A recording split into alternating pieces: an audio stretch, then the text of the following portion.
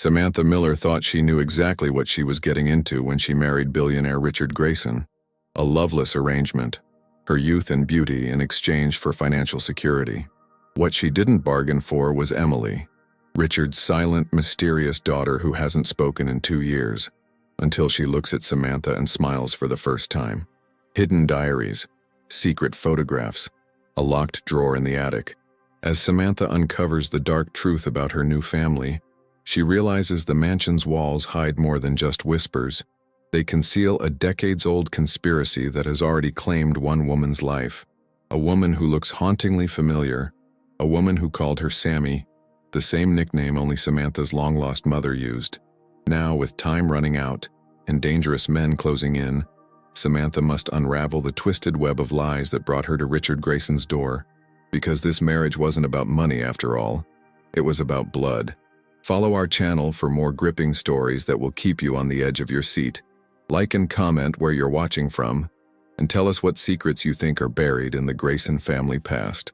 The crisp autumn air carried a sense of foreboding as Samantha Miller stood before the imposing iron gates of the Grayson estate. Her fingers trembled slightly, causing the simple gold band on her left hand to catch the fading sunlight. 3 days ago, she had been Samantha Miller, waitress, caretaker, desperate sister. Today she was Mrs. Grayson, wife to one of Boston's wealthiest widowers. The thought settled in her stomach like a cold stone. "You can still walk away," whispered a small voice inside her head. But where would she go? Back to the cramped trailer where her epileptic sister Julie suffered through seizures without proper medication. Back to watching her grandmother's arthritic hands struggle to open pill bottles because they couldn't afford the treatments that might give the old woman relief. No, this was her choice. A calculated decision, not a romantic one. The gates swung open silently, and the driver of the sleek black car nodded for her to step out. Samantha smoothed the wrinkles from her simple beige dress, the nicest one she owned, and pulled the borrowed cashmere coat tighter around her shoulders. It wasn't hers, but the saleswoman had been kind enough to remove the tags and let her borrow it for the day. "A new Mrs. Grayson can't arrive looking like that," she had whispered conspiratorially. The gravel crunched beneath her modest heels as she approached the mansion. Georgian architecture, she guessed, though she had never been educated enough to know for sure. Massive columns framed an entrance that seemed designed to make visitors feel insignificant. It was working. "Mrs. Grayson." The butler's voice was as stiff as his posture. "Mr. Grayson is in his study but asked that you be shown to your quarters first to settle in." Her quarters, not their bedroom. The arrangement had been made clear during the sterile prenuptial agreement signing. This was a marriage of convenience. Her beauty and youth in exchange for financial security. Richard Grayson had been brutally honest about that much. The entrance hall echoed with every step she took across the marble floors. Crystal chandeliers hung like frozen waterfalls above her, and priceless artwork adorned walls that stretched upward to vaulted ceilings. Samantha felt her breath catch, not in awe, but in a moment of claustrophobic panic. What had she done? "Your rooms are in the East Wing, ma'am," the butler continued, leading her up a grand staircase. "Mr. Grayson thought you might appreciate the morning sun." What would Richard Grayson know about what she might appreciate? Their courtship, if one could call it that, had consisted of exactly 3 dinners, each more awkward than the last. He had asked clinical questions about her health history, her education, limited, and whether she understood what would be expected of her. Not once had he asked about her favorite time of day. The wedding had been eerily quiet. No music, no flowers, no tears of joy. Just a nearly empty church, a disinterested officiant, and signatures on a marriage certificate. The hollow echo of "I do" still rang in her ears, a promise she had made not out of love, but out of desperate necessity. As she followed the butler down a long corridor lined with portraits of stern-faced Graysons from generations past, Samantha felt their judgmental eyes following her. Gold digger, opportunist, imposter. She held her head higher. Let them judge. They hadn't walked in her shoes.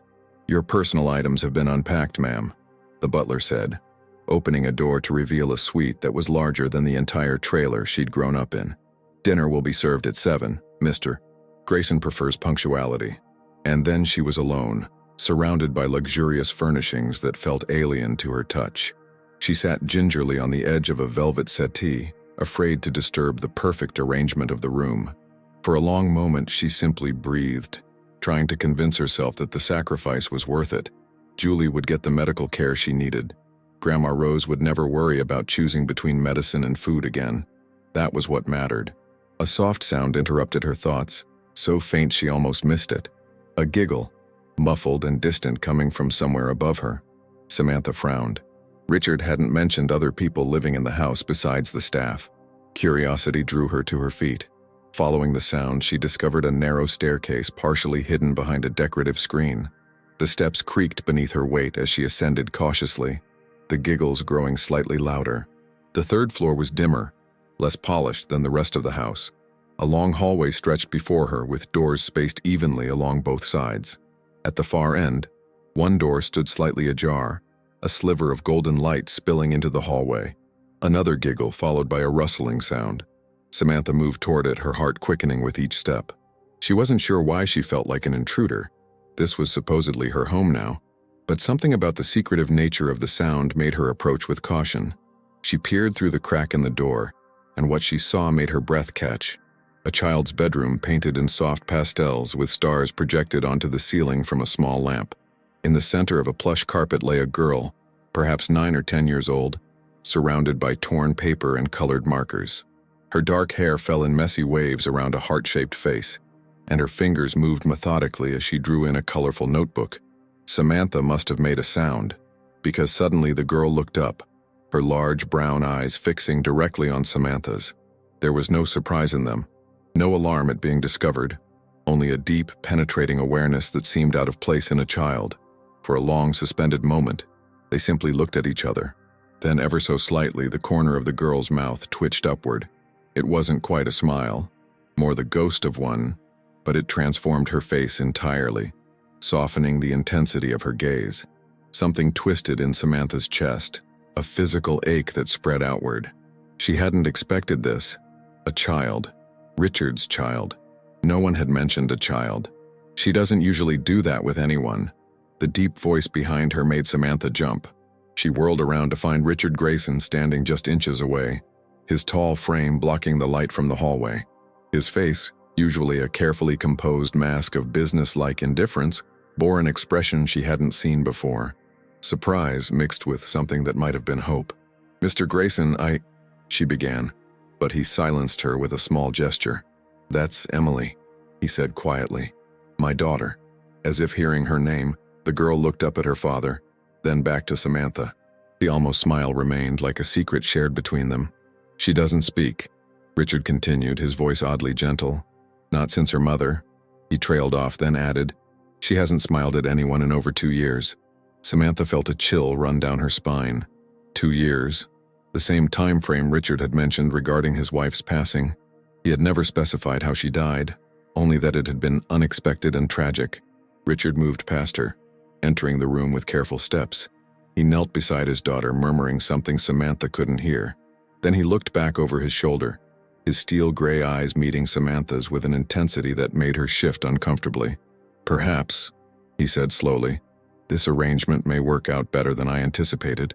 As he closed the door gently, leaving Samantha standing alone in the dimly lit hallway, she couldn't shake the feeling that she'd stepped into something far more complex than a loveless marriage of convenience.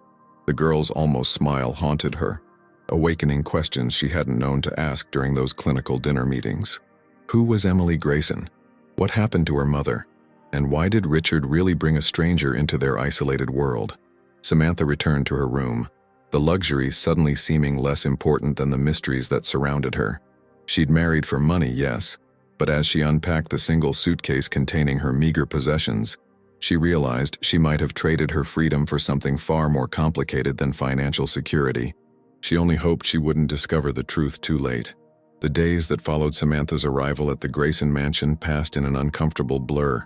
Each morning, she woke to the sound of distant footsteps in the hallway, the staff beginning their daily routines at precisely 6 a.m. Her bedroom, though luxurious, felt more like an elegant hotel suite than a place she belonged. The silk sheets slid against her skin like water, so different from the worn cotton she'd known her entire life. Richard maintained his distance, joining her for precisely one meal each day. Dinner at 7, never a minute earlier or later. His conversation was polite but measured, as if each word had been carefully selected and rehearsed. He asked about her comfort, whether she needed anything, but never about her feelings or thoughts. The rest of his time was spent locked in his study or away on business matters he never explained. It was Emily who became the unexpected center of Samantha's new life. The girl appeared in doorways and corners like a silent ghost, watching Samantha with those intense brown eyes. She never spoke but communicated through small gestures, a tilt of her head, the offering of a crayon, or most precious of all, those rare, almost smiles that seemed reserved only for Samantha. On the fourth morning, Samantha found a folded piece of paper slipped under her door. Inside was a childish drawing of two figures holding hands, one tall, one small, standing before what appeared to be the mansion. In the corner, in careful, shaky letters, was written, "Sammy and M. No one calls her M," Richard remarked later that day when Samantha showed him the drawing. Something in his voice made her look up sharply. Was it disapproval? Or something else, something that might have been jealousy? "She's never drawn anyone into her pictures before," he added, handing the paper back. "Only buildings and trees. What happened to her mother?" Samantha finally dared to ask, her voice barely above a whisper. Richard's face hardened instantly, the momentary vulnerability vanishing behind a wall of practiced control.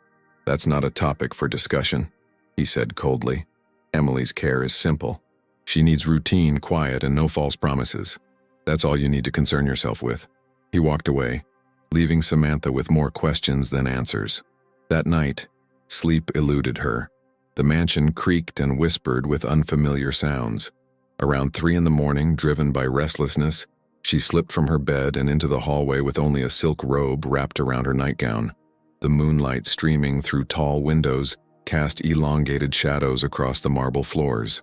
Samantha wandered aimlessly, taking in details she'd missed before.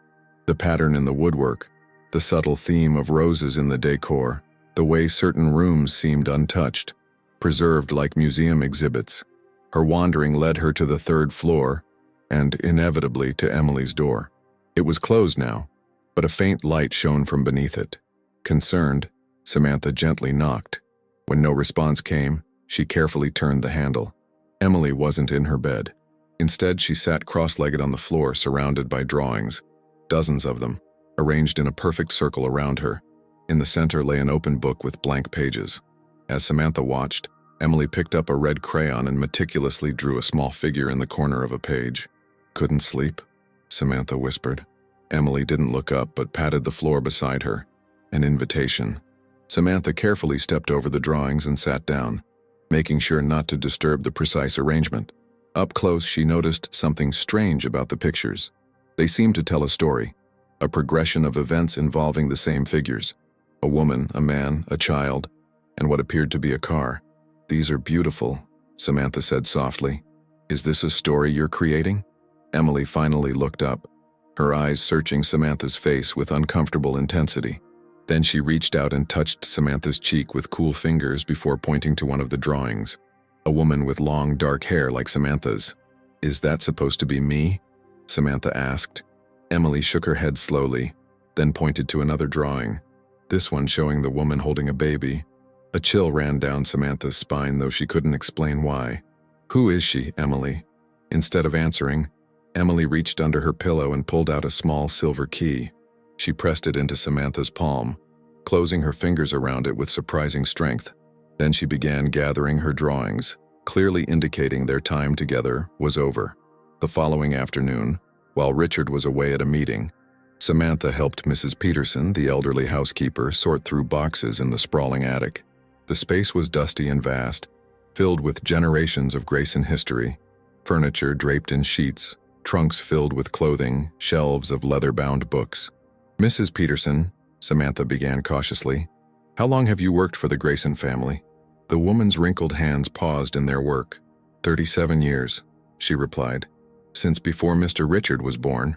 "Then you knew his wife, Emily's mother?" Mrs. Peterson's expression tightened. "I did." Her tone made it clear she wouldn't elaborate. "What was she like?" Samantha pressed gently. The older woman sighed, looking toward a small window where dust motes danced in the sunlight.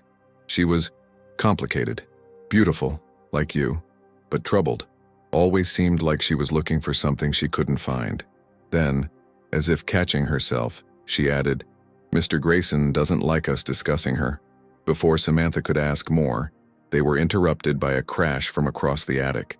An old wardrobe had fallen forward, its doors springing open to reveal shelves of women's accessories, scarves, gloves, jewelry boxes. Mrs. Peterson hurried over, muttering about the carelessness of the moving company that had recently rearranged some of the storage. While helping to right the wardrobe, Samantha noticed something unusual, a drawer at the bottom that seemed out of place with the rest of the piece. It was made of darker wood, added later perhaps with a small rusty padlock securing it shut. "What's in there?" she asked, pointing to the locked drawer. Mrs. Peterson's face paled slightly. "Nothing important," she said too quickly. "Old financial records, I believe. Mr. Grayson would know." When Mrs. Peterson left to fetch cleaning supplies for the broken glass, Samantha examined the inside of the wardrobe door. Taped to it was a child's drawing, one that made her blood run cold. It showed a stick-figure child crying inside what appeared to be a car, and a woman whose face had been violently scribbled out with black crayon, the paper nearly torn through from the force of it. The silver key in her pocket suddenly felt heavier. Could it possibly? Before she could try, Mrs. Peterson returned. That evening at dinner, Samantha noticed the housekeeper watching her with wary eyes, and later, when she returned to her room, she found a small note slipped under her door. In elegant, aged handwriting, it read simply, "Not all is as it appears." That night, as Samantha lay awake listening to the unfamiliar creaks of the old house, she heard the sound of small, careful footsteps outside her door. A moment later, something slid beneath it, another folded paper. But when she opened it, instead of finding one of Emily's drawings, she discovered a small silver key. The same key she had returned to Emily earlier that day. Or was it? This one seemed newer, less tarnished. A message was scrawled next to it in childish handwriting. "Find truth." Samantha closed her fingers around the key, her heart racing. Tomorrow, she decided. Tomorrow she would discover what secret lay hidden in that locked drawer, and perhaps why Emily had chosen her to reveal it to. Morning light filtered through the heavy curtains of Samantha's bedroom, casting elongated shadows across the polished hardwood floor. She hadn't slept more than an hour. The silver key clutched tightly in her palm throughout the night until it had left a small indentation in her skin. The mansion was quiet, save for the distant sounds of Mrs. Peterson directing the kitchen staff for breakfast preparation. Samantha dressed quickly in a simple blue sweater and jeans, still new and stiff, purchased with the credit card Richard had silently placed on her dresser a week ago. Her reflection in the ornate mirror looked foreign to her, the dark circles under her eyes contrasting sharply with the luxury surrounding her. She tucked the key into her pocket and made her way toward the attic, each floorboard's creak setting her nerves further on edge. The attic door was unlocked, just as she'd hoped. Richard had left for a business trip at dawn, scheduled to return late that night. Mrs. Peterson would be occupied with the weekly staff meeting for at least an hour. This was her chance. The morning light penetrated the attic's small, dusty windows, illuminating dancing particles in the air. Samantha moved carefully between the shrouded furniture and stacked trunks until she reached the wardrobe from yesterday. It stood tall and imposing, its mahogany surface gleaming dully beneath a thin layer of dust. Her hands trembled slightly as she knelt before the locked drawer. The key slid into the rusty padlock with surprising ease, as if it had been waiting for her. The mechanism gave a soft click, and the lock fell open into her palm. The drawer slid out with a groan of protest, releasing the musty scent of old paper and dried flowers. Inside, nestled among what appeared to be pressed rose petals, lay a small book with a faded floral fabric cover. Samantha lifted it carefully. It was lighter than she expected, and small enough to fit in one hand. A child's diary. The fabric was stained in places with what looked disturbingly like tear marks, small rounded discolorations that had warped the material over time. A thin ribbon marked a page near the middle, and a small heart-shaped lock hung uselessly from the cover, its matching key long gone. Heart-pounding, Samantha opened to the first page. Childish handwriting filled the lines, irregular and slanted, some letters backwards. The date at the top, nearly 12 years ago, made Samantha frown. Emily couldn't be more than 10 now. "Dear Diary," the entry began. "Daddy gave me this book to write my feelings because I get too sad to talk sometimes. I miss Mommy every day. He says she's not coming back, but I don't believe him. Samantha's throat tightened. She turned the page. Today I drew a picture of Mommy for my wall, but Daddy took it away. He said it makes him too sad. I drew another one and hid it under my bed. Page after page revealed the innermost thoughts of a grieving child. Mundane observations about butterflies in the garden interspersed with heartbreaking questions about why her mother had gone away. Some entries were just drawings. A woman with long, dark hair holding a small child's hand. Scenes of picnics and bedtime stories. But as Samantha continued reading, the entries became more confused, the handwriting more erratic. Daddy said Mommy left because she was sick in her mind. But then I heard Mrs. Peterson tell the gardener that Mommy was taken away. Who took Mommy away? A cold feeling spread through Samantha's chest. She turned another page. I had the dream again. Mommy was crying in the car. There was another car following us. Mommy kept saying, "We have to get to Sammy." Who is Sammy? Does Sammy know where Mommy is? Samantha froze, her fingertips going numb against the paper. Sammy. The name struck her like a physical blow. It was what her grandmother had always called her. Never Samantha, always Sammy. A coincidence, surely. The later pages became increasingly disturbing. The child described overhearing arguments, seeing her father burning photographs, watching strange men come and go from the house late at night. The handwriting deteriorated, some entries trailing off mid-sentence as if the writer had been interrupted or too distraught to continue. The very last entry was dated just over 2 years ago. I know what happened to Mommy now. I found the newspaper in Daddy's study. There was a picture of her car at the bottom of the lake. They said it was an accident, but it wasn't. She was trying to get to Sammy. She told me she had another little girl once. Is Sammy my sister? I'm going to find her when I'm bigger. I won't tell Daddy. He gets scary when I talk about Mommy. The page was stained with what could only be tears. The ink blurred in places. But what made Samantha's blood run cold was the small notation at the bottom of the page, written in a different pen, in more careful letters. For Sammy, if you ever find this, Mommy loved you too. A sound at the attic door made Samantha jump. She whirled around, clutching the diary to her chest, to find Emily standing silently in the doorway. The girl's solemn eyes fixed on the book in Samantha's hands, then moved to her face with that penetrating stare that seemed to see right through her. Wordlessly, Emily crossed the attic and sat beside Samantha on the dusty floor. She reached into the pocket of her dress and pulled out a folded photograph, yellowed with age and creased from frequent handling. She smoothed it carefully on her lap before handing it to Samantha. The photo showed a younger version of the woman Samantha had seen in Emily's drawings.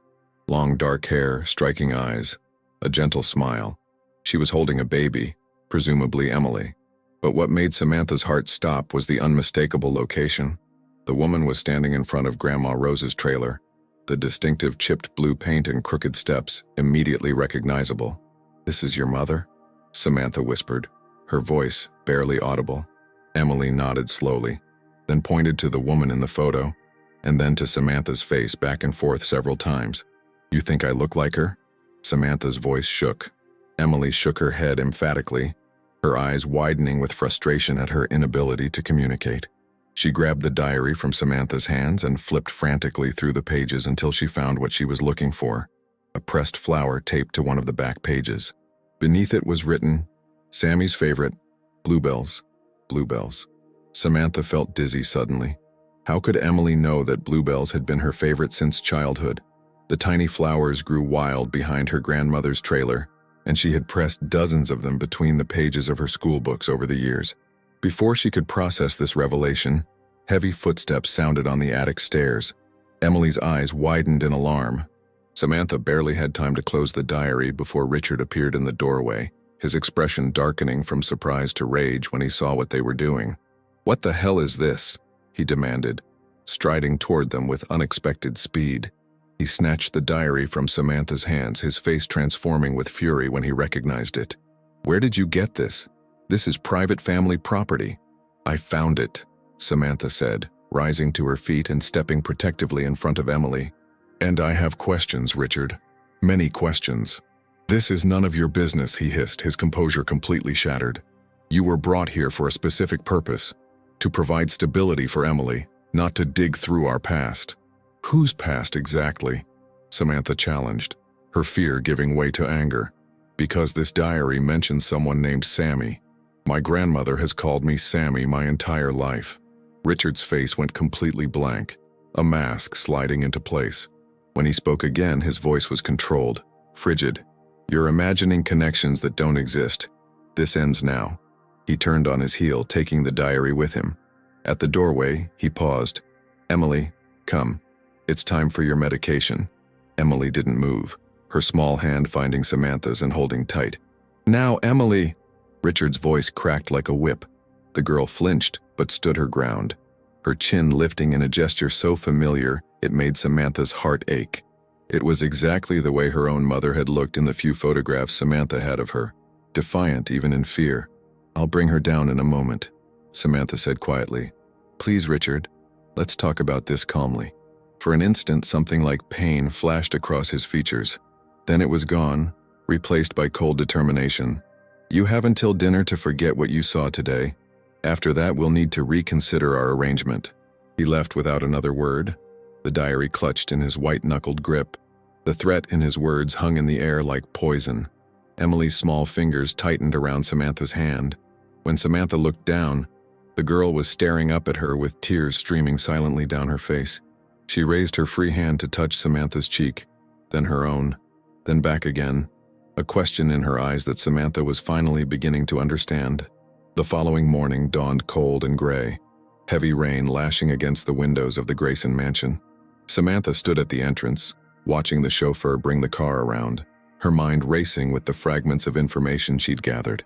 After the confrontation in the attic, Richard had retreated to his study, emerging only for their customary dinner where he acted as though nothing had happened. The diary was nowhere to be seen. I'll be attending a board meeting in New York, he'd announced over dessert, his voice perfectly controlled. I'll return late tomorrow evening. Samantha had nodded, careful to keep her expression neutral despite the storm raging inside her. This was her opportunity, perhaps her only one. Now, as the black town car disappeared down the winding driveway, Samantha turned to find Mrs. Peterson watching her from the shadow of the grand staircase. He won't be back until after 9, the elderly housekeeper said quietly. The board meetings always run late. There was something in the woman's voice, a slight emphasis, an unspoken message. Samantha studied her face, noting the tight lines around her mouth, the way her eyes darted nervously toward the security cameras in the corners of the room. Mrs. Peterson, Samantha said carefully, I'm going to visit the church where Richard and I were married, for sentimental reasons. The older woman's expression softened marginally. Take an umbrella. The forecast says the rain won't let up until evening. She hesitated, then added, Father Morris usually takes his lunch at 1. He's been with St. Catherine's for over 30 years, knows all the local families. The emphasis wasn't subtle this time. Samantha felt a surge of gratitude toward the woman. Thank you. I'll keep that in mind. 20 minutes later, Samantha sat in the back of a taxi, watching raindrops race down the window as they made their way into the heart of Boston. St. Catherine's Church stood on a quiet corner in one of the oldest parts of the city, its weathered stone facade and stained glass windows softened by the gray mist of rain. Inside, the church was empty and hushed, the only sound the distant dripping of water from the roof and the whisper of her footsteps on the worn marble floor. Candles flickered in red glass holders, casting dancing shadows on the walls. Samantha moved slowly down the center aisle, remembering how it had felt just weeks ago when she'd walked this same path toward Richard and the waiting priest. She'd felt nothing then, just a hollow resignation, a bargain being struck. Can I help you, my child? The voice startled her. Father Morris stood in a side doorway, his white hair haloed by the light behind him. He was older than Samantha remembered, his face deeply lined, kind eyes peering at her from behind wire-rimmed glasses. Father, she began, her voice echoing slightly in the empty church. I'm Samantha Grayson. You married me to Richard Grayson 3 weeks ago. Recognition dawned on his face. Of course, Mrs. Grayson, a rather hasty ceremony if I recall. How can I help you today? Samantha took a deep breath. I need information about the Grayson family, specifically about Richard's late wife, Emily's mother. Father Morris's expression changed subtly, a shadow passing over his features. He gestured toward a wooden pew. Perhaps we should sit. They settled side by side in the front row, facing the altar with its ornate crucifix.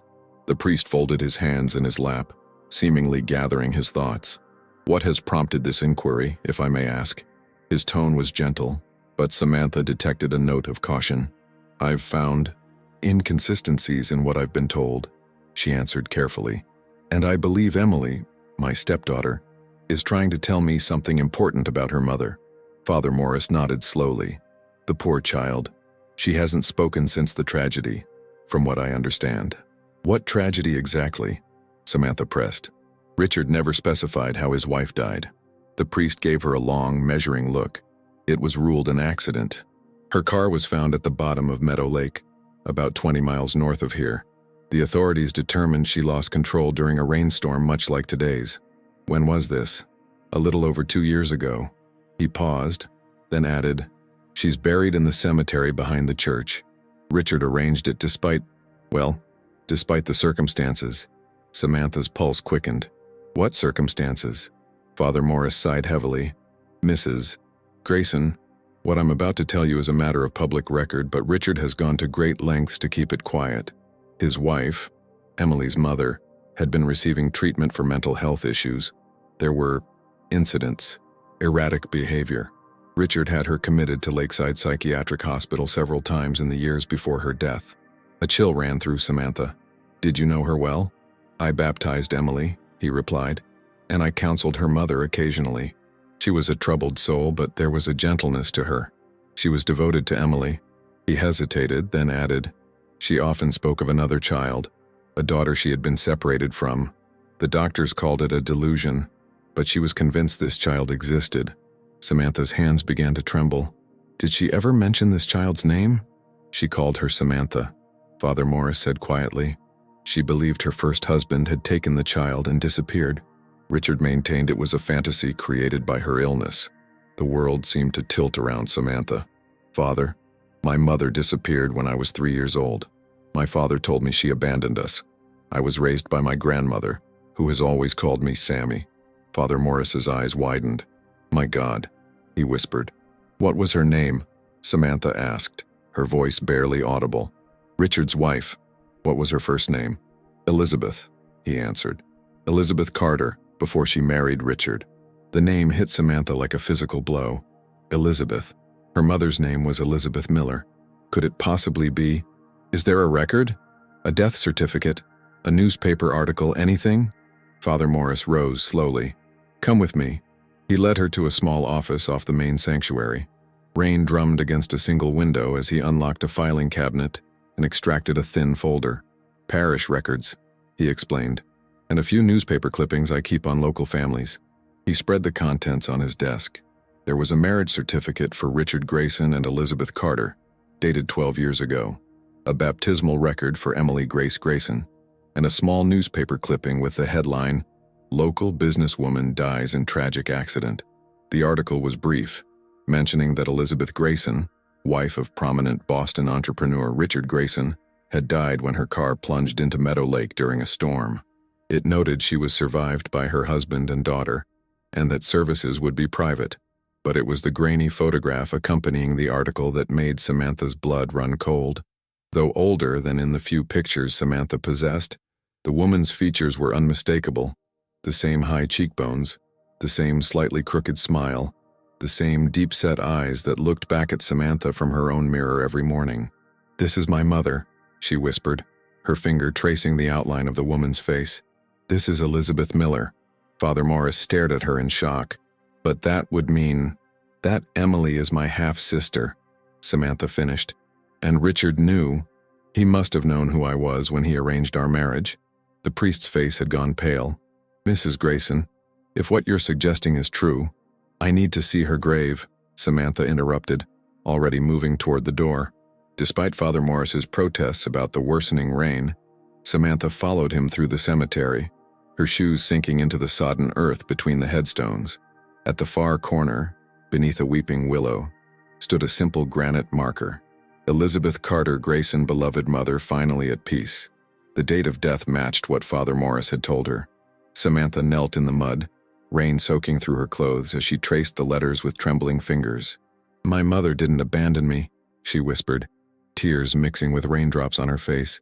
She was trying to find me. As Father Morris helped her to her feet, a glint of metal caught her eye. Partially buried in the soft earth beside the headstone was a small silver object. Samantha bent down and picked it up, mud washing away in the rain to reveal a delicate necklace with a heart-shaped pendant. She clicked it open with her nail. Inside was a tiny photograph of a woman holding an infant, and an inscription so small she had to squint to read it. For Sammy, te amo, mamãe. For Sammy, I love you, Mom. The Portuguese words, her grandmother's native language, confirmed what her heart already knew. This had been her mother's, and somehow it had found its way to this grave. Samantha closed her fist around the necklace, a new determination hardening within her. I need to get back to the mansion, she told Father Morris. To Emily, we're in danger, both of us. As they hurried back through the cemetery, neither noticed the black sedan parked across the street, or the driver speaking urgently into a phone. The rain had intensified into a furious downpour by the time Samantha's taxi pulled up to the Grayson mansion. She clutched the silver heart locket tightly in her palm, its edges digging into her skin as she ran up the steps, water streaming from her soaked clothes onto the marble floor of the entrance hall. Mrs. Grayson! Mrs. Peterson hurried toward her, alarm evident in her weathered face. You're drenched to the bone. Where's Emily? Samantha demanded, ignoring the puddle forming around her feet. A shadow crossed the housekeeper's features. Mr. Grayson returned early. He took Emily to see Dr. Winters about an hour ago. Dr. Winters? The name was unfamiliar, sending a spike of anxiety through Samantha's chest. Emily's psychiatrist, Mrs. Peterson explained, her voice dropping to a whisper despite the empty hallway. At Lakeside Psychiatric Hospital, the same facility where her mother had been treated. The coincidence was too stark to ignore. Did he say why? She seemed fine this morning. Mrs. Peterson glanced nervously toward the security cameras. He said she was having an episode, but Mrs. Grayson... She hesitated, then continued in an even lower voice. I've been with Emily since she was born. She wasn't having any episode today, she was drawing pictures of you. Samantha felt the blood drain from her face. I need to go there. Now.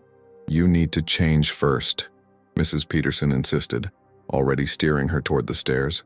And there's someone you should speak with before you go rushing off. Who? Your grandmother called while you were out. I took the liberty of giving her the number here after I found her contact information in Mr. Grayson's study. Samantha froze on the stairs. My grandmother called here? Why? She wouldn't say, but she sounded frightened. She asked that you call her immediately. 20 minutes later, wrapped in dry clothes and her hair still damp, Samantha sat on the edge of her bed with the mansion's landline phone pressed to her ear. Her hands trembled as she dialed the familiar number of the trailer park manager's office, the only phone her grandmother had access to. Sammy? Her grandmother's voice, tinged with a Portuguese accent even after 50 years in America, brought tears to Samantha's eyes. Oh, thank God. I've been trying to reach you for days. Grandma Rose, what's wrong? A man came asking questions about your mother, the old woman said, her words tumbling out in a rush. He claimed to be a lawyer handling her estate, but something felt wrong. He knew things, about the trailer, about your mother's disappearance. I didn't tell him where you were, but I think he already knew. Samantha's grip tightened on the phone. Grandma, I need to ask you something important. Was my mother's name Elizabeth? A long pause followed. When Rose spoke again, her voice was barely audible. How did you find out? The confirmation hit Samantha like a physical blow. The man I married. Did you know who he was? Did you know he was connected to my mother? No, child, Rose answered, genuine shock in her voice. I never knew your mother remarried. After she was taken away, your father told everyone she had abandoned you. He moved us across the country, changed our last name. It was only years later, after he died, that I learned some of the truth. By then, the trail was cold. What truth, Grandma? I need to know everything. Rose's sigh carried the weight of decades of guilt. Your mother wasn't well after you were born. Postpartum depression, they call it now, but back then, your father had her committed. When she got out, she tried to take you away. He fought her for custody, used her medical history against her. When she lost in court, she disappeared. I always thought she'd abandoned us until I found letters she'd written to you. Letters your father had hidden. Samantha closed her eyes against the wave of pain. She didn't abandon me. She was trying to find me. Yes, Rose whispered. I'm so sorry, Sammy. I should have told you years ago. Grandma, there's more. My mother had another child, a daughter named Emily, my half-sister, and the man I married is her father.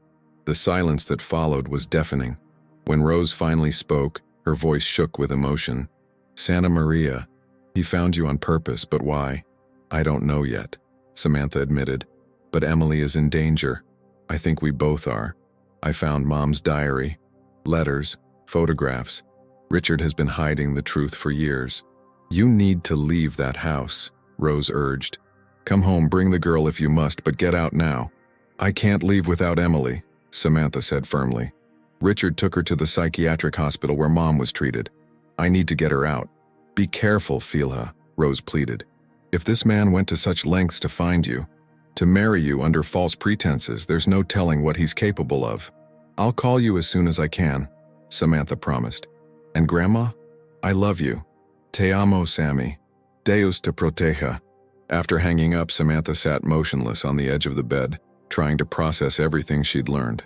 The room that had felt so foreign just days ago now seemed actively hostile.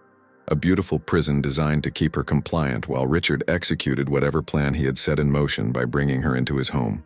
A soft knock interrupted her thoughts. Mrs. Peterson entered, carrying a small wooden box. I thought you might want to see these, she said, placing the box on the bed beside Samantha. I've kept them hidden since she died. Inside were photographs, dozens of them, and handwritten letters. Elizabeth with Emily as a baby, Elizabeth in the garden of the mansion, and most shocking of all, a photograph of a much younger Elizabeth holding a toddler who could only be Samantha herself, standing in front of Grandma Rose's trailer. She never stopped looking for you, Mrs. Peterson said softly. Even when the doctors increased her medication, even when Richard threatened to take Emily away if she didn't stop her delusions, she kept searching. Samantha picked up one of the letters, dated just weeks before Elizabeth's death. My dearest Sammy, it began, I'm closer than ever to finding you.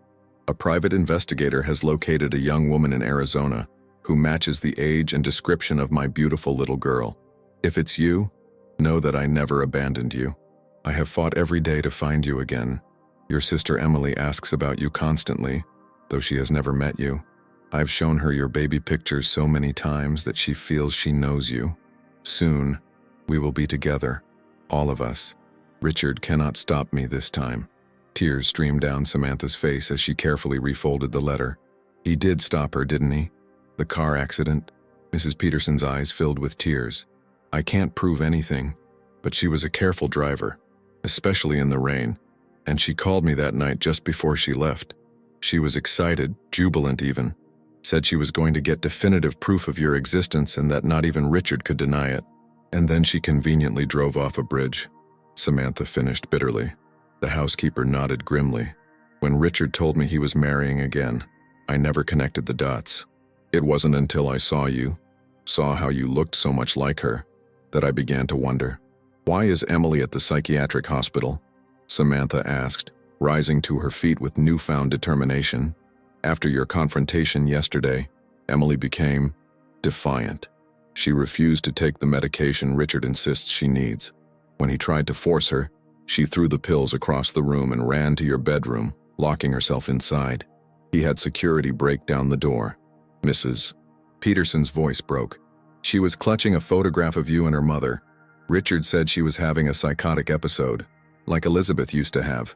Cold fury washed over Samantha. He's trying to silence her, just like he silenced my mother. What are you going to do? Samantha tucked the heart locket and her mother's last letter into her pocket. I'm going to get my sister out of there, and then I'm going to make Richard Grayson pay for what he's done to our family. As she headed for the door, Mrs. Peterson caught her arm. Take this, she said, pressing a small key into Samantha's palm. It's to the back entrance of Lakeside. I used to bring Elizabeth her favorite books when she was staying there. The security guard is my nephew. Tell him Dorothy sent you. Samantha squeezed the older woman's hand in gratitude. Thank you for protecting them both as best you could. Bring that child home, Mrs. Peterson whispered. And be careful. Richard has powerful friends at Lakeside. Doctors who were all too willing to keep Elizabeth medicated and compliant when she started asking too many questions. As Samantha slipped out of the mansion into the still pouring rain, she felt the weight of her mother's last letter against her heart. The truth had been buried for too long. It was time to finish what Elizabeth had started, to reunite the family that Richard Grayson had torn apart. Lakeside Psychiatric Hospital loomed like a Gothic nightmare against the stormy sky.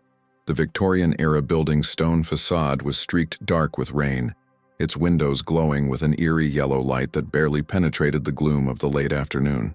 Samantha stood at the wrought iron gates, rainwater trickling down her neck despite the umbrella she clutched with white-knuckled fingers.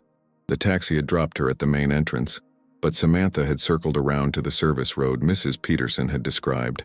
The small key felt impossibly heavy in her pocket as she approached the maintenance entrance, an unassuming metal door partially hidden by overgrown shrubbery. A security camera swiveled overhead, its red light blinking steadily through the downpour. Samantha took a deep breath, squared her shoulders, and knocked firmly on the door. After a moment that stretched like eternity, the door creaked open to reveal a heavy-set man in a security uniform. His suspicious gaze softened slightly when she mentioned Dorothy's name. "She said you might show up," he muttered, glancing nervously over his shoulder. "Look, I can let you in, but that's it. If anyone catches you, I never saw you, understand? My job—" "I understand," Samantha interrupted. "I just need to see Emily Grayson. Her father brought her in today." The guard's expression darkened. "The Grayson kid? She's in the West Wing, restricted area." He hesitated, then added in a lower voice, "Same wing where they kept her mother." A chill that had nothing to do with the rain ran down Samantha's spine. "Is Dr. Winters with her?" "Winters left about an hour ago, but Mr. Grayson is still here. Saw him heading to the administrative offices with Dr. Harmon." He checked his watch. "They've got a meeting scheduled until 6. You've got maybe 40 minutes. He stepped aside to let her enter, then pointed down a dimly lit corridor. "West Wing is through those double doors, then left past the cafeteria. Room W14, if the chart I saw was correct. Swipe this at the door." He handed her a plastic access card. "It's a temporary visitor pass, won't trigger any alarms, but it won't open all doors either." Samantha took the card, gratitude flooding her chest. "Thank you. I won't forget this." "Just find the kid and get out," he replied gruffly. "And Samantha, be careful. There's something not right about the way that little girl was admitted. No proper paperwork, no evaluation, just a phone call from Grayson, and suddenly she's in a secured room." Navigating the labyrinthine corridors of Lakeside felt like walking through a nightmare. The building smelled of antiseptic and something else, a lingering scent of fear and despair that seemed embedded in the very walls. Fluorescent lights buzzed overhead, creating pools of harsh illumination between stretches of shadow. Samantha kept her head down, walking purposefully as if she belonged there. She passed nurses' stations where staff barely glanced up from their paperwork, their faces tired and impassive. In the distance, she could hear muffled crying, the occasional shout, the squeak of gurney wheels on polished floors. The West Wing was quieter, more isolated. A heavy fire door marked the transition, requiring her borrowed keycard to enter. Beyond it, the corridor was carpeted, the lighting softer, almost deceptively comfortable, like an upscale hotel rather than a psychiatric ward. But the doors lining the hallway told the true story. Heavy wood with small reinforced glass windows and electronic locks. Room W14 was at the far end, partially separated from the others. Samantha approached cautiously, her heart pounding so loudly she was certain it would give her away. She peered through the small window, and her breath caught in her throat. Emily sat cross-legged on a narrow bed, still wearing the clothes she'd had on that morning, jeans and a pale blue sweater that now looked rumpled and sad. Her dark hair hung limply around her face, and even from this distance, Samantha could see the vacant expression in her eyes. A paper cup of pills sat untouched on the side table. Samantha swiped the card with trembling hands. The lock clicked, and she slipped inside, closing the door softly behind her. "Emily," she whispered. "It's me, Samantha." The girl's head lifted slowly as if it required enormous effort. Her eyes, usually so bright and intense, were dull and unfocused. She blinked several times, struggling to concentrate. "They've drugged her," Samantha realized with growing horror. She hurried to the bed, kneeling before the child and taking her small hands. They were cold, almost lifeless. "Emily, can you hear me? I've come to take you home." A flicker of recognition crossed Emily's face. With visible effort, she raised one hand to touch Samantha's cheek, then reached into her sweater pocket. She withdrew a crumpled piece of paper and pressed it into Samantha's hand. It was a drawing, hasty and smudged, but unmistakable. 3 stick figures standing together, a tall woman, a child, and between them, another female figure with a question mark for a face. Underneath, in careful printing, "Our family?" Tears welled in Samantha's eyes. "Yes," she whispered fiercely. "Our family. I know the truth now, Emily. I know your mother was my mother too." Emily's eyes widened slightly, fighting against whatever medication they'd given her. Her lips moved, forming silent words. "We need to go," Samantha urged, gently helping the girl to her feet. "Can you walk?" Emily nodded weakly, leaning heavily against Samantha's side. They had just reached the door when it swung open, revealing Richard Grayson's imposing figure. His face, normally so composed, contorted with rage. "What the hell do you think you're doing? Getting my sister away from you?" Samantha shot back, instinctively pulling Emily behind her. "Your sister?" Richard laughed, a cold, hollow sound that echoed off the institutional walls. "Is that what you think? That Elizabeth was your mother?" He stepped into the room, closing the door firmly behind him. "You've misunderstood everything, Samantha. As usual. I've seen the proof," she countered.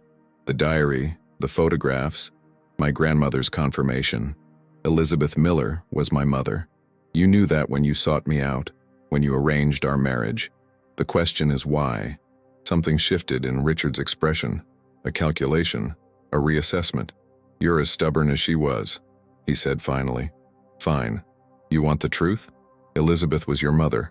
And yes, I knew exactly who you were when I found you." The admission, despite everything she'd uncovered, still knocked the breath from Samantha's lungs. "Why?" she demanded. "Why this elaborate scheme? Why not just tell me the truth?" Richard moved to the room's single window, staring out at the storm that continued to rage. Lightning briefly illuminated his profile, casting harsh shadows across his features. "Because the truth is more complicated than you could possibly understand. Try me," Samantha challenged, keeping herself between him and Emily. "I met your mother at this very hospital," Richard began, his voice distant. "I was visiting a colleague. She was a patient, beautiful, fragile, fiercely intelligent despite the fog of medications they kept her in. She talked about her lost daughter constantly, the child her abusive husband had taken from her." He turned to face Samantha, his expression unreadable. "I fell in love with her. I helped her get released, married her, gave her a new life. We had Emily. For a while, everything was perfect. Until she started looking for me again," Samantha guessed. Richard's jaw tightened. She became obsessed. The search consumed her. She stopped taking her medication, started having episodes, putting herself and Emily at risk. I tried everything to help her. The best doctors, therapists, even private investigators to prove you didn't exist, that it was all a delusion. But I did exist," Samantha said quietly. "Yes," he acknowledged bitterly. 5 years ago, one of those investigators actually found a lead, a young woman in Arizona whose history matched Elizabeth's story. When I saw your photograph," he shook his head. "The resemblance was unmistakable. You have her eyes, her smile. So what did you do? Hide the evidence from her?" Richard's laugh was harsh. "Quite the opposite. I showed it to her doctors, hoping they could help her process reality, versus the fantasy she'd built up. It backfired spectacularly. She became more determined than ever to find you. And then she died in a convenient accident," Samantha said coldly. "Just when she was getting close to me, something dangerous flashed in Richard's eyes. You think I killed her? My wife? The mother of my child?" He stepped closer, his voice dropping to a hiss. "Elizabeth drove herself off that bridge because she couldn't handle the truth." "What truth?" "That finding you wouldn't fix her," he exploded, making Emily flinch behind Samantha. "That the perfect reunion she'd imagined was impossible. That the damaged, broken family she'd pieced together in her mind couldn't exist in reality." Samantha stood her ground despite his towering rage. "You're lying." "Am I?" He reached into his pocket and withdrew a folded document, thrusting it at her. "Read it." Elizabeth's final psychiatric evaluation, dated 2 days before her death. She was decompensating rapidly after learning some painful truths about your father, about what he'd done to you after taking you away from her. Samantha's hands trembled as she unfolded the paper. The clinical language blurred before her eyes, but certain phrases leaped out. Severe depression, suicidal ideation, reality distortion. My mother would never have abandoned Emily, she insisted, even as doubt crept into her voice. She wouldn't have killed herself. She believed she'd failed both her daughters, Richard said, his anger giving way to what looked almost like grief. And in her mind there was no coming back from that. Emily tugged urgently at Samantha's sleeve, shaking her head emphatically. Even through the medication, her eyes burned with certainty. Emily doesn't believe you either, Samantha said, drawing strength from the girl's conviction. If my mother killed herself, why have you gone to such lengths to keep the truth from me? Why arrange our marriage? Why lock Emily away when she tried to tell me who I was? Richard's composure cracked. Because you're just like her. The same obsessive personality, the same inability to let go of the past. I thought if I brought you here, gave you the family connection Elizabeth always wanted, it would lay her ghost to rest. Instead, you've been tearing open old wounds, filling Emily's head with the same fantasies that destroyed her mother. You're the one who's been destroying this family, Samantha countered. With your lies, your manipulations, your need for control. We're leaving, Richard. Both of us. And then we're going to find out what really happened to our mother. As she tried to move past him toward the door, Richard grabbed her arm with bruising force. You're not taking my daughter anywhere. She's my sister, Samantha said, wrenching free. And I won't let you lock her away like you did our mother. For an instant, something like fear flashed across Richard's face. Then his expression hardened into cold resolve. You've left me no choice, he said quietly, reaching for the call button beside the door. Dr. Harmon will be interested to hear about your delusional behavior, your break-in, your attempt to kidnap a minor. The Grayson family history of mental illness is well documented here. No one will question if Elizabeth's daughter requires the same treatment. Before he could press the button, Emily lunged forward with surprising speed, knocking his hand away. In the same motion, she reached into her pocket and thrust something toward Samantha, a small rectangular device, a voice recorder, its red light blinking. Smart girl, Samantha whispered, understanding dawning as she took the device. She's been recording everything. Richard's face drained of color. Give me that, he demanded, lunging toward them. Samantha backed away, sheltering Emily behind her. It's over, Richard. Whatever really happened to our mother, whatever you've been hiding, it all comes out now. Thunder crashed outside the windows of Lakeside Psychiatric Hospital, momentarily drowning the tense silence in room W14. Rain lashed against the glass like desperate fingers trying to break in. Richard's face had transformed into something Samantha barely recognized. Gone was the controlled businessman, replaced by a man on the edge of panic. You don't understand what you're doing, he said, his voice dropping to an urgent whisper. There are things you don't know, things that need to stay buried. For whose protection? Samantha challenged. The voice recorder clutched tightly in her hand. Yours? Because it certainly wasn't for Emily's benefit. Or mine. Richard's eyes darted to the door, then back to the recorder. We need to discuss this privately, not here. I think we're past private discussions, don't you? Samantha kept her body between him and Emily, who was struggling to stay upright, the sedative still coursing through her system. Whatever you've done, whatever you're hiding, it ends tonight. A knock at the door made them all freeze. Mr. Grayson? Called a female voice. Dr. Harmon is looking for you. The board meeting is about to start. Richard composed himself with visible effort. Tell him I'll be there momentarily, he called back, his voice steady, despite the storm raging in his eyes. When the footsteps receded, he turned back to Samantha. You have no idea what forces you're dealing with. There are people involved in this situation who won't hesitate to silence both of you permanently if the truth comes out. A chill ran down Samantha's spine at his words, but she stood her ground. Is that a threat? It's a warning, he replied, suddenly looking exhausted. You think I'm the villain in this story? I've been protecting Emily, protecting you both, from something much worse. Before Samantha could respond, Emily tugged urgently at her sleeve. The girl's movements were still sluggish from medication, but her eyes burned with intensity. She pointed to the voice recorder, then made a playing motion with her fingers. You want me to play it? Samantha asked. Emily nodded emphatically. Don't, Richard said sharply. Not here. The walls have ears in this place. But Samantha had already pressed the play button. At first, there was only the sound of muffled breathing, rustling fabric. Then a voice. Richard's voice. Crystal clear despite the small speaker. The accident was regrettable but necessary. Elizabeth had become a liability. The board was unanimous in its decision. Another voice unfamiliar to Samantha. And the evidence she claimed to have? Never found. We searched the car thoroughly before the authorities arrived. And the child, Emily, she doesn't remember anything. The trauma of the accident combined with her condition.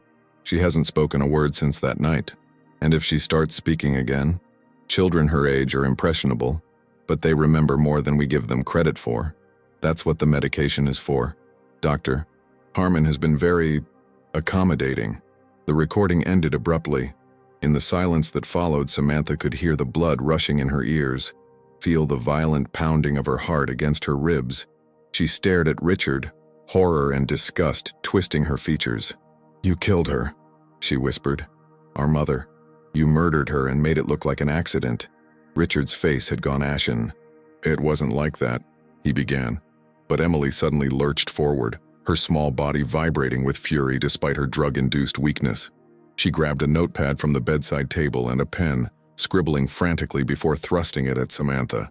In large, shaky letters, "He made Mommy's car crash. I saw." Richard's composure shattered completely. "Emily, please," he pleaded, reaching for her. "You don't understand what was happening. Your mother was being manipulated, used." Emily backed away from him, bumping into the wall. With trembling hands, she wrote again. "I was in the car, hidden in back, saw everything." The revelation hit Samantha like a physical blow. "You were there?" she gasped, looking at her sister with new horror. "The night of the accident?" Emily nodded, tears streaming down her face. She wrote again, slower now as the effort became harder. "Mommy found proof, papers, about you, about Grandpa." "What papers?" Samantha asked, even as she positioned herself more firmly between Emily and Richard. "What about my grandfather?" Emily struggled to write, the pen slipping in her grip. "Grayson Labs, experiments, Grandpa and Daddy." Richard lunged forward suddenly, knocking the notepad from Emily's hands. "Enough," he shouted. "You don't know what you're talking about. You were a child, confused, traumatized." "What is she talking about?" Samantha demanded, pushing him back. "What experiments? What does my grandfather have to do with any of this?" For a moment, Richard seemed to war with himself, his face contorting with conflicting emotions. Then, like a dam breaking, words poured out in a desperate torrent. "Your grandfather, your mother's father, was Dr. Lawrence Carter, one of the most brilliant research scientists in psychiatric pharmacology. And yes, my father's business partner." He ran a shaking hand through his hair. "They founded Grayson Carter Pharmaceuticals together in the 1970s. Their early research was revolutionary. But the methods—" "What methods?" Samantha pressed, a sick feeling growing in her stomach. "Clinical trials that never made it into official records," Richard said flatly. "Experimental treatments on vulnerable populations, including psychiatric patients at Lakeside. Your mother was one of them, before I met her." Samantha felt as though the floor was tilting beneath her. "My mother was experimented on? By her own father?" Lawrence never saw it that way. Richard continued, his voice hollow. "He saw Elizabeth as the perfect test subject, young, healthy, with the specific neurotransmitter profile he was targeting. When she became pregnant with you, it created an unprecedented research opportunity. A second-generation subject." "Oh my God," Samantha whispered, bile rising in her throat. "I didn't know any of this when I met her." Richard insisted. "I fell in love with a woman I thought was suffering from mental illness. It was only years later, after we were married, after Emily was born, that Elizabeth began to remember fragments of her childhood. She became obsessed with finding you, yes, but also with exposing what her father and my father had done." Emily had slumped to the floor, the medication finally overcoming her burst of adrenaline, but her eyes remained fixed on Richard, filled with a mixture of fear and fury. "2 years ago," Richard continued, his voice dropping lower, "Elizabeth found documentation in my father's old files, records of the experiments, the subjects, and financial transactions proving that Grayson Carter's most profitable drug lines were developed using illegal human trials. It would have destroyed the company, sent people to prison, including my father, who was still alive then, and Lawrence Carter, your grandfather, who sits on the hospital's board of directors to this day." "So you killed her to protect your family's company?" Samantha asked incredulously. disgust evident in every syllable. I tried to reason with her, Richard exploded. I begged her to think about Emily, about the life we'd built, but she was determined to expose everything, to find you, tell you the truth, and go public with all of it. Emily had managed to retrieve her notepad. With enormous effort, she wrote one more message. The other car made us crash. Black car. Samantha looked from the notepad to Richard. You were there. You forced her off the road. No, Richard said, shaking his head vehemently. Not me. I was at a board meeting. But when I got the call, he trailed off, swallowing hard. When they told me what had happened, that they'd found Emily wandering by the roadside in shock, but no sign of Elizabeth or the documents she'd taken, I knew. Knew what? That the board had taken matters into their own hands, he replied, his voice barely audible. That my father and Lawrence Carter had decided Elizabeth was too great a risk. They told me later it was a necessary business decision, as if my wife's life was just a line item to be erased.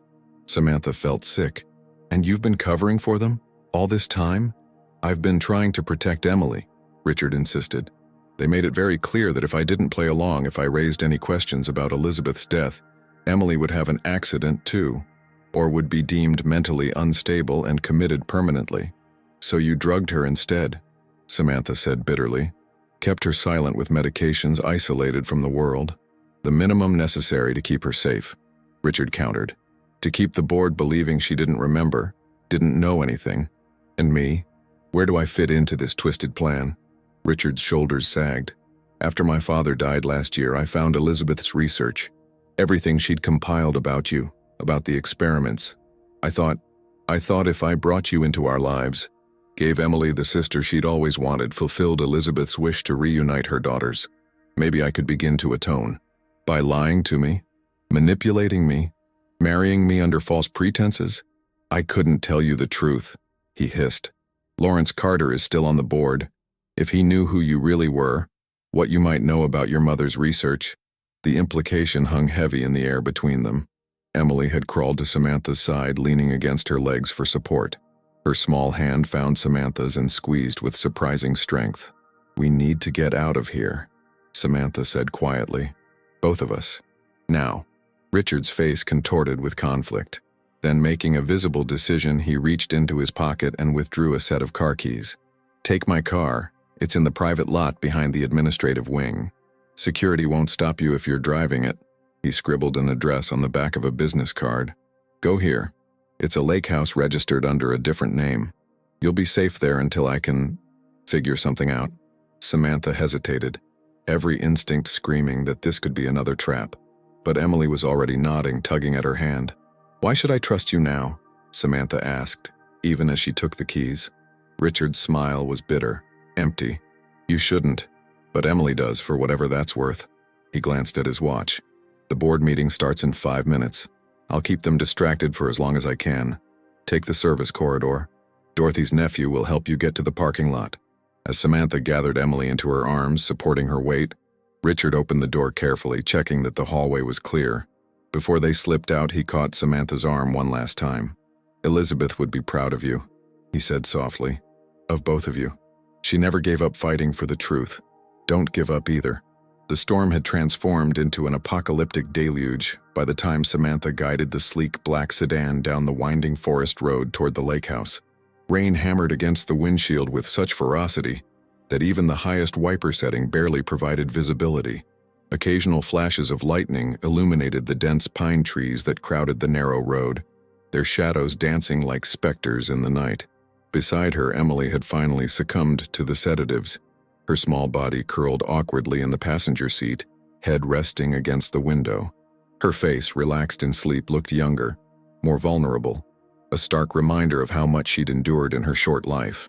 Samantha's mind raced as she navigated the treacherous road. The voice recorder lay heavy in her pocket, containing evidence that could bring down Grayson Carter Pharmaceuticals and implicate some of Boston's most powerful men in murder, illegal human experimentation, and decades of cover-ups. But at what cost?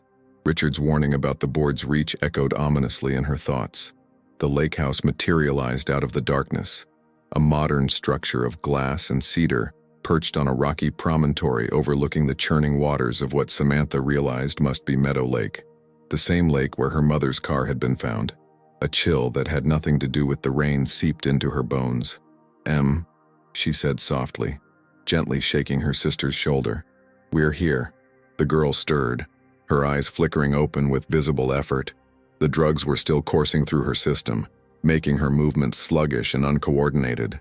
Samantha helped her from the car, half carrying her through the rain to the shelter of the covered entrance. The key Richard had given her unlocked the door, revealing an interior that was both luxurious and eerily impersonal, clearly a property maintained for occasional use rather than a true home. Samantha settled Emily on a sleek leather sofa, wrapping her in a throw blanket she found draped over a nearby chair. "I'll be right back," she promised, brushing damp hair from the girl's forehead. "I need to get our bags from the car."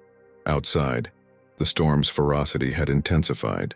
Lightning split the sky directly overhead as Samantha retrieved their meager belongings, her hastily packed duffel bag and a small backpack Mrs. Peterson had prepared for Emily. The thunder that followed was so loud it seemed to shake the very ground beneath her feet. When she returned to the house, Emily was sitting upright, looking more alert. She'd found a notepad on the coffee table and was writing with determined concentration, her small hand moving in unsteady but purposeful strokes. "Mommy came here before she died," the note read. Samantha felt her heart skip a beat. "How do you know that?" Emily pointed to a framed photograph on the wall that Samantha had overlooked, a landscape shot of the lake at sunset. In the corner, barely noticeable, was a small signature, e.g., "Mom took this picture?" Samantha asked, moving closer to examine it. Emily nodded, then wrote again. "Her secret place, where she kept things." "What things?" Samantha asked, excitement and apprehension building simultaneously in her chest. With visible effort, Emily rose from the sofa and moved toward a bookshelf that dominated one wall of the living room. Her fingers trailed along the spines of leather-bound classics until she stopped at a copy of Jane Eyre. She pulled it from the shelf, revealing that it wasn't a book at all but a cleverly disguised box. Inside was a USB drive. Samantha's hands trembled as she took it. "Her research? The evidence against Grayson Carter?" Emily nodded, then wrote, "And letters. For you." "For me?" Emily pointed to a desk in the corner of the room. Samantha found a laptop there, surprisingly modern and well-maintained for a rarely used vacation property. She inserted the USB drive with shaking fingers, holding her breath as the contents loaded onto the screen.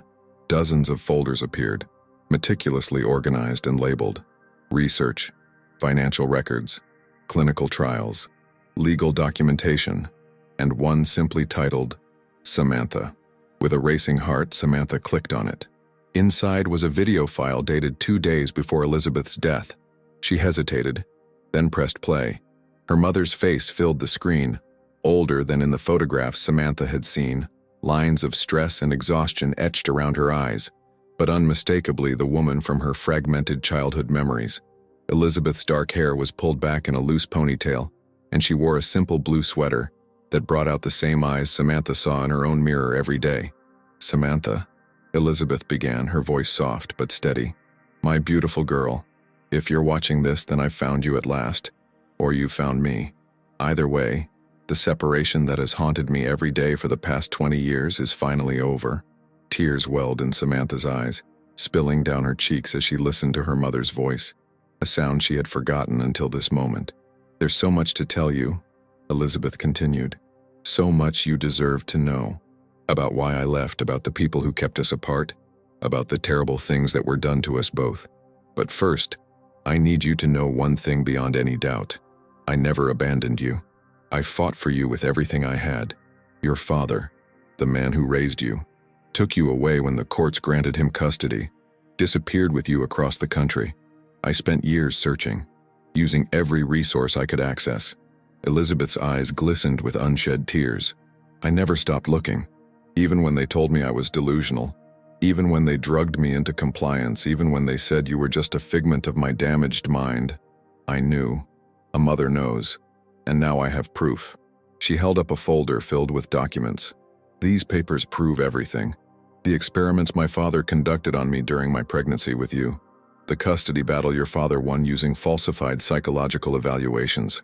The money trail showing how Grayson Carter Pharmaceuticals paid to have records altered, witnesses silenced, Elizabeth leaned closer to the camera, her expression intensifying. But most importantly, they prove you exist. I've found you, Samantha. I know where you are.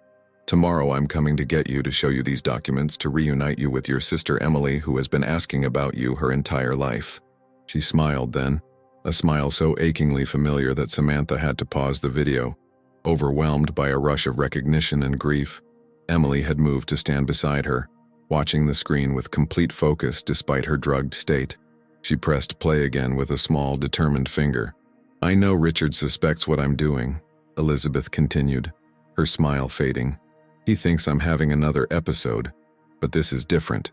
I have tangible proof now. He doesn't understand the depths of his father's and my father's crimes, or maybe he does, and that's what frightens me. She looked over her shoulder, as if checking that she was alone, then turned back to the camera with renewed urgency. If something happens to me, Samantha, if I don't reach you, I've made arrangements. Everything is backed up on this drive.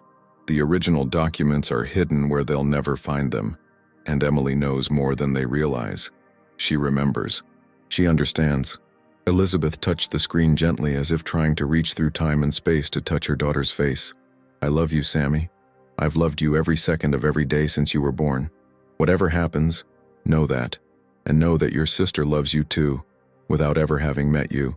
Blood calls to blood. Hearts recognize their own. The screen went black, and Samantha sat frozen, tears streaming down her face. The sound of quiet crying beside her broke the spell.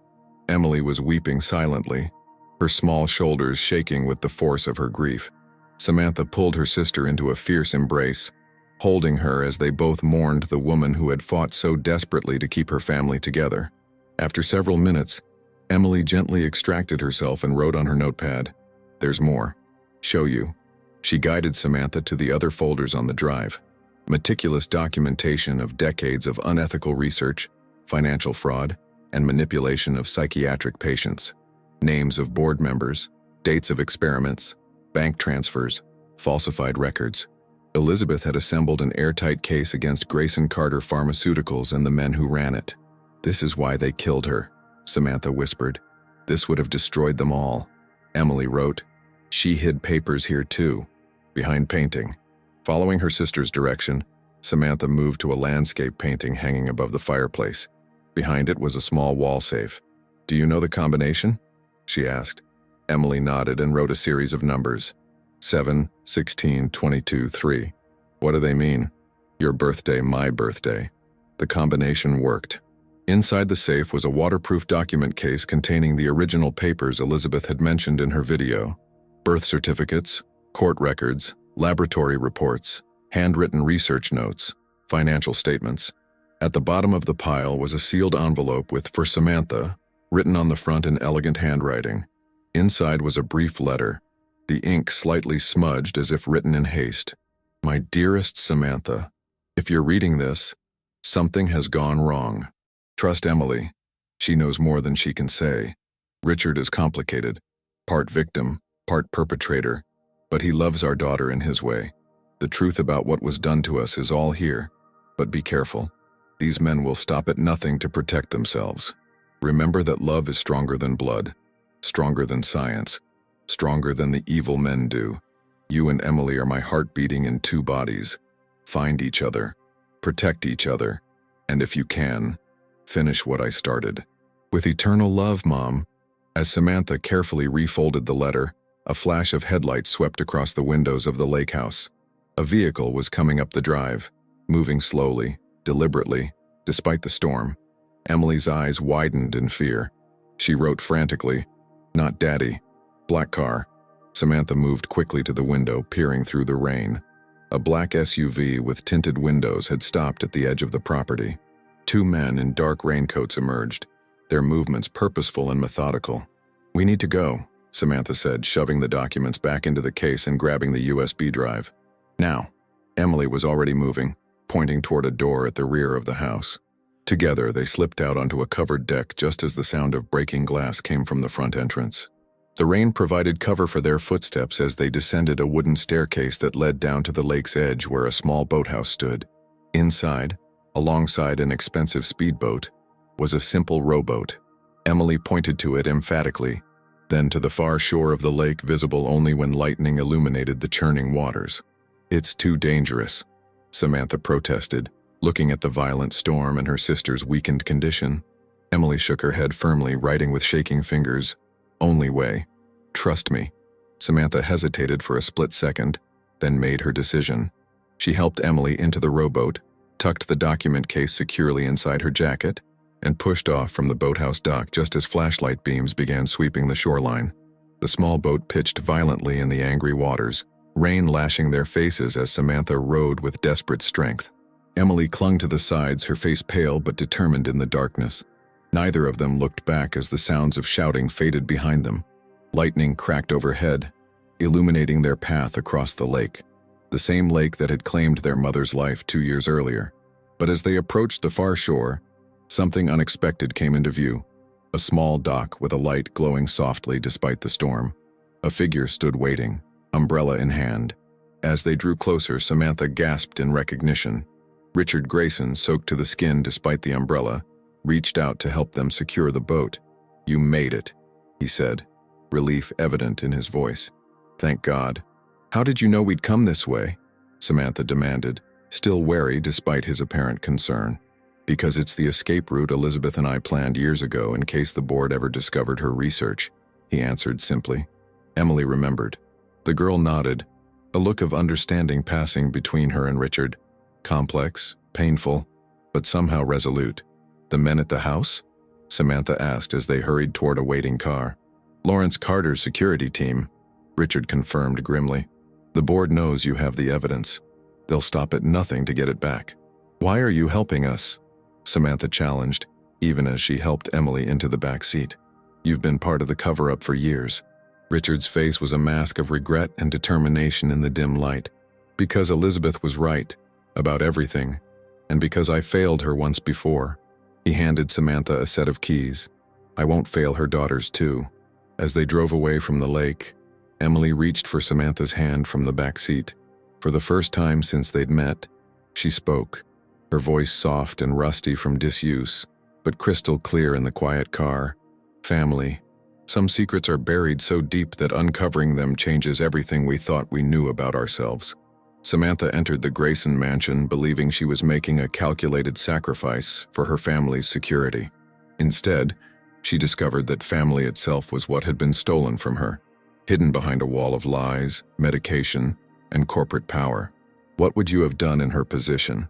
Would you have had the courage to keep digging when every revelation brought more danger? The bonds between sisters, between mother and daughter, proved stronger than the decades of separation designed to break them. Emily's silence wasn't weakness. It was protection for the truth she carried.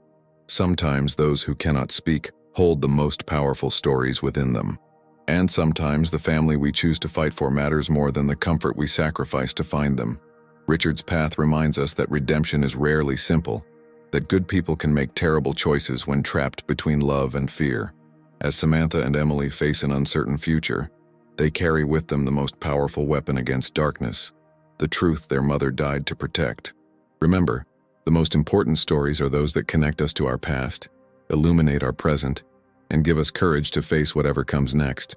If this story touched your heart, please follow our channel for more powerful narratives that explore the depths of human connection. Like, share, and tell us in the comments. What secret from your past shaped who you've become?